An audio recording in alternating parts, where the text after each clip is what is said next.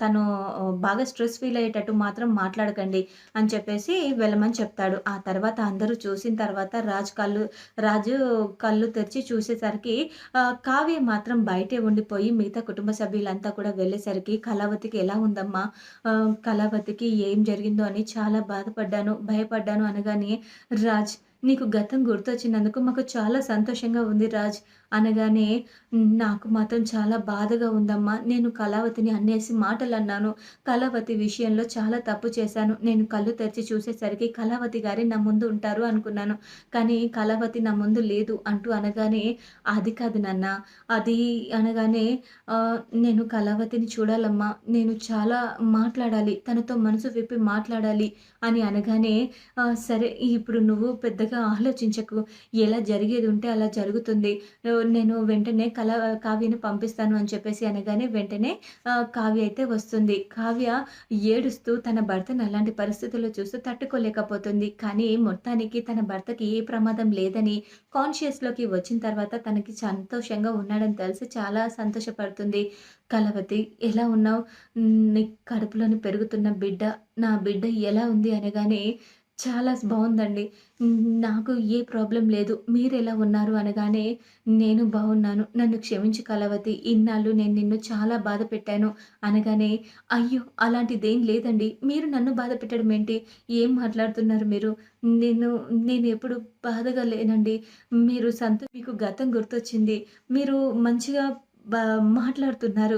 మీరు సంతోషంగా ఉన్నారు, ఆరోగ్యంగా ఉన్నారు. నాకు ఇంతకన్నా ఇంకా సంతోషం ఏముంటుందండి అనగానే, ఇంకెప్పుడు నన్ను విడిచిపెట్టి వెళ్ళవు కదా కళావతి అనగానే, ఇక జీవితాంతం ఈ జన్మలో మీ చెయ్యి వదలనండి. మీ చెయ్యి వదిలిపెట్టి నేను ఎక్కడికి వెళ్ళను అంటూ, ఇక వాళ్ళిద్దరూ చేతిలో చేయి వేసి మాట్లాడుకొని సంతోషంగా ఉంటారు. ఇక ఆ తర్వాత రాజ్ కావ్యను హగ్ చేసుకుంటాడు. నన్ను క్షమించండి. నేను ఇన్నాళ్ళు మిమ్మల్ని కళ్ళ ముందే పెట్టుకొని ఈ విషయం గురించి చెప్తే మీరు ఎక్కడ ఆహ్, ఏమవుతారో అని, ఏమైపోతారో అని చాలా బాధపడ్డానండి. నా మనసులో నా భర్తకి దగ్గరగా ఉన్నానన్న సంతోషం ఒకవైపు, నా భర్తకి నేనెవరు గుర్తుకు లేదే అన్న బాధ ఇంకోవైపు. నరకం చూశానండి. కానీ నా కడుపులో పెరుగుతున్న బిడ్డకు తండ్రెవరు అని మీరు అడుగుతూ ఉంటే ఏం సమాధానం చెప్పాలో తెలియక నాలో నేను కుమిలిపోయానండి అనగానే, నన్ను క్షమించు కళావతి అంటూ ఇక చాలా బాధపడతాడు. ఆ తర్వాత ఇంకా వాళ్ళిద్దరూ సంతోషంగా ఒకటైపోతూ ఉంటారు. అంతలోనే యామిని వస్తుంది. యామిని రాగానే, "మళ్ళీ ఎందుకొచ్చావు యామిని" అంటూ అనగానే, "అదేంటి బావ" అనగానే, "బావా? ఎవరు నీకు బావ? అయినా అసలు సిగ్గు లేదా ఇలాంటి మాటలు మాట్లాడడానికి? నేను కాలేజ్ డేస్‌లోనే నేను నిన్ను దూరం పెట్టాను. కానీ నువ్వు మళ్ళీ నా మీద పగబట్టి ఇదంతా చేశావా? అసలు నాకు యాక్సిడెంట్ అయింది నువ్వు అవకాశంగా తీసుకొని" అనగానే, నీకు జరిగింది మామూలు యాక్సిడెంట్ కాదండి. అసలు ఈ యాక్సిడెంట్ జరిపించిందే ఆ యామిని" అంటూ అనగానే, "ఏం మాట్లాడుతున్నావు కళావతి" అనగానే, "అవునండి. అసలు ఈ యాక్సిడెంట్ జరగడానికి కారణం హ్మ్, తనే. తనే కావాలని మనుషుల్ని పెట్టి యాక్సిడెంట్ చేయించింది. మీరు చనిపోయారని ఇంట్లో వాళ్ళందరిని నమ్మించింది. కానీ నా మనసు మీరు బ్రతికే ఉన్నారని చెప్పిందండి. మీరు బ్రతికే ఉన్నారన్న విషయం నాకు తెలిసింది. అందుకని నేను ఇలా మిమ్మల్ని వెతుక్కుంటూ అలా వచ్చేసరికి మీరు అలా నాకు అక్కడ కనిపించారు. మన పరిచయం మళ్ళీ తిరిగి అలా మొదలైంది" అంటూ అనగానే, ఇక నిజమైన ప్రేమ ఎప్పటికీ ఓడిపోదు. మన మధ్యన బ్రహ్మ ముడి ఉంది. ఎన్నో జన్మల బంధం ఉంది. ఆ దేవుడు వేసిన ముడి ఇప్పటికీ చెరిగిపోదు అంటూ ఇక రాజైతే చెప్తాడు. ఇక ఆ తర్వాత ఇలాంటి మూర్ఖులకి ఎలాంటి సమాధానం చెప్పాలో నాకు బాగా తెలుసు అని చెప్పేసి యామినిని అయితే అరెస్ట్ చేయిస్తాడు రాజ్. ఇక రాజు మళ్ళీ తిరిగి ఆ ఇంట్లోకి అడుగు పెడతాడు. ఇక రాజుని కంటికి రెప్పలాగా చూసుకుంటుంది కావ్య. ఇక కావ్య, కళావతి నువ్వసలే ఒట్టి మనిషివి కూడా కాదు. నేను బాగానే ఉన్నాను. నువ్వు నాకు సేవలు చేయాల్సిన అవసరం లేదు. కూర్చో కళావతి నేనే నీకు సేవలు చేయాలి అని చెప్పేసి రాజైతే ఇక వెంటనే కావ్యకి అన్నం కలుపుకు వచ్చి ప్రేమగా గోరుముద్దలు తినిపిస్తూ ఉంటాడు.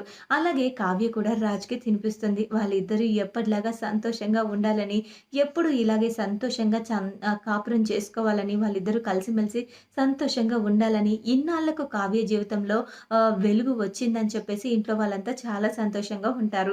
అయితే అప్పు ఇంకా స్వప్న వాళ్ళిద్దరిని ఏ ఆట పట్టిస్తూ ఉంటారు. నిజంగా చాలా సంతోషంగా ఉంది. కానీ ఈ సంతోషాన్ని కాస్త మీరు దాచుకుంటే బావుంటుందేమో. ఎందుకంటే కడుపులో పుట్టబోయే బిడ్డ మీద కూడా చూపించాలి కదా బావగారు. మొత్తం కూడా మా కావ్యకే చూపిస్తే ఎలా అంటూ ఇక వాళ్ళు స్వప్న ఇంకా కా అప్పు ఇద్దరు కలిసి ఆట పట్టిస్తూ ఉంటారు.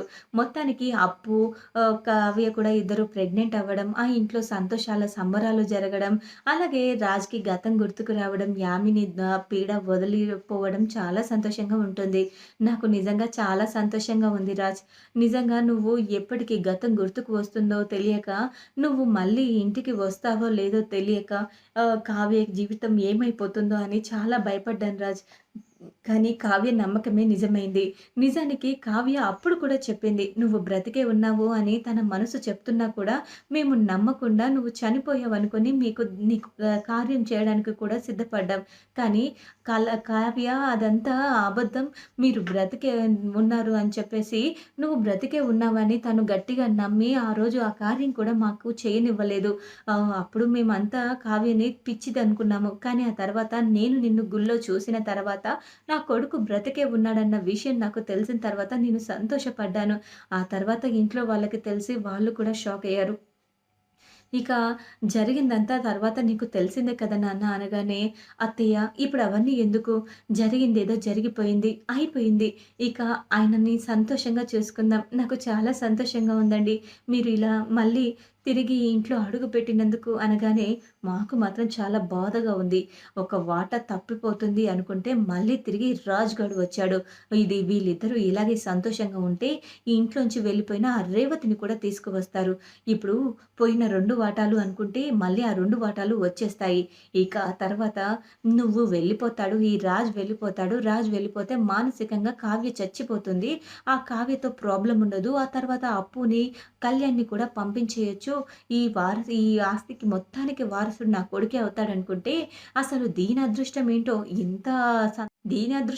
ఎంత బాగా ఏడ్చింది అంటూ ఇక రుద్రాని, రాహుల్ అయితే అనుకుంటూ ఉంటారు. ఇక మొత్తానికి ఎట్టకేలకు తన భార్య కడుపుతో ఉందని తనని కాలు కింద పెట్టనివ్వకుండా ప్రేమగా, అపురూపంగా చూసుకుంటూ ఉంటాడు.